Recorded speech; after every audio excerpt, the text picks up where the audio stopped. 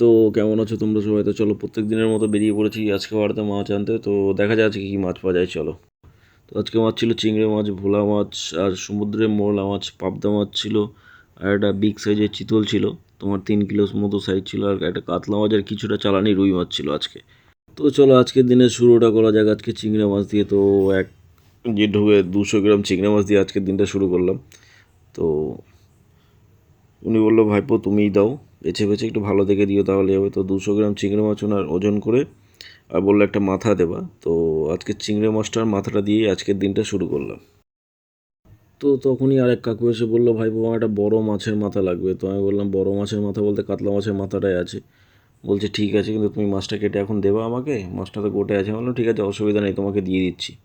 তো মাছটা কেটে আমি কাতলা মাছের মাথাটা ওজন করে ওনাকে দিয়ে দিলাম। মাথাটা তোমার 800 গ্রাম হলো। তো মাছের মাথাটা 4 ভাগ করে মাছের মাথাটা ওনাকে দিয়ে দিলাম। তো তখনই এক দিদি এসে বললো, ভাই আজকে চিতল মাছ এনেছিস, আমাকে 4 পিস মতো মাঝখান থেকে কেটে দিবি? তা বললাম হ্যাঁ অসুবিধা নেই, দিয়ে দিচ্ছি। তো বললো ঠিক আছে কাট। তো দিদির কথা মতো চিতল মাছটা কাটলাম, মাছটা কেটে 4 পিস ওই দিদিকে দিয়ে দিলাম খুব সুন্দর করে। বললো কিন্তু আঁশটা কিন্তু কেটে দিতে হবে। তো কথার মতো আঁশটা বটিতে কেটে 4 পিস করে দিদিকে দিয়ে দিলাম।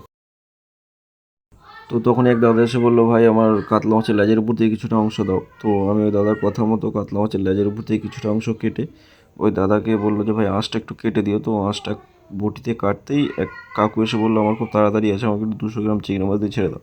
তো আমি ওই কাকুর কথা মতো 200 গ্রাম চিংড়ি মাছ ওজন করে ওই কাকুকে দিয়ে দিলাম। তারপর ওই দাদার কাতলা মাছটা খুব সুন্দর করে টাইম নিয়ে একটু পিস করে ওই দাদার হাতে মাছটা তুলে দিলাম।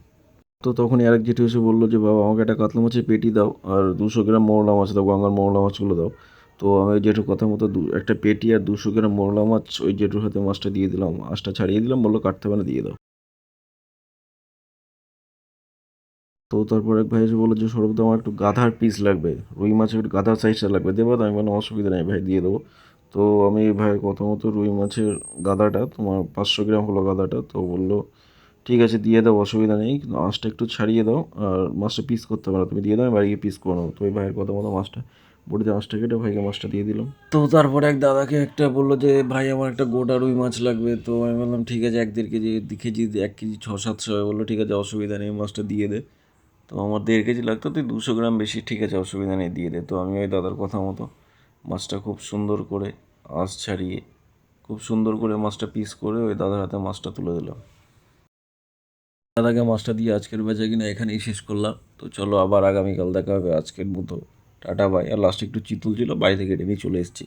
তো চলো।